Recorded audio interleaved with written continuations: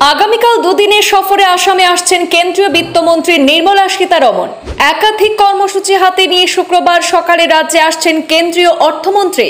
সকাল 10:30টায় বড়ঝাড় বিমানবন্দরে পৌঁছাবেন বিত্তমন্ত্রী নির্মলা সীতারমণ।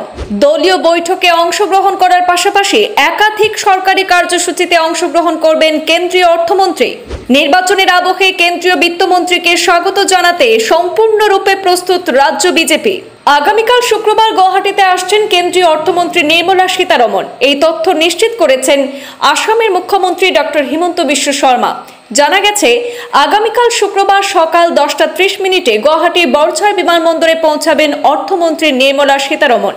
বিমানবন্দর থেকে সরাসরি জাগিরোডে নির্মীয়মান টাটা সেমিকন্ডাক্টর প্রকল্প পরিদর্শনে যাবেন কেন্দ্রীয় অর্থমন্ত্রী। সেখানে আসামের 300 জন উদীয়মান যুবক যুবতীর সঙ্গে মত বিনিময় করবেন এবং প্রকল্পের অগ্রগতি পর্যালোচনা করবেন। এছাড়া এদিন সন্ধ্যায় গুয়াহাটি ব্রহ্মপুত্র নদীর উপর নির্মিত আন্তর্জাতিক মানের জাহাজ টার্মিনালের উদ্বোধন করবেন কেন্দ্রীয় অর্থমন্ত্রী নির্মলা সীতারমণ। পাশাপাশি রাজভবনের পথে উজান বাজারে ব্রহ্মপুত্র তীরে নির্মিত গুয়াহাটি রিভার ফ্রন্টেরও উদ্বোধন করবেন এবং প্রবীণ নাগরিকদের সাথে মত বিনিময় করবেন।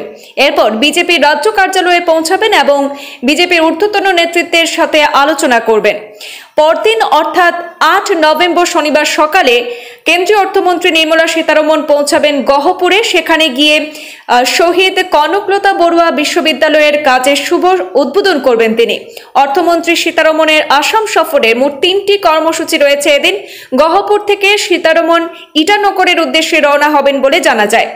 সমাগত 2026 সালের আসাম বিধানসভা নির্বাচনের প্রাক্কালে কেন্দ্রীয় অর্থমন্ত্রী নির্মলা সীতারমণের এই সফর বেশ গুরুত্বপূর্ণ বলেই মনে করা হচ্ছে।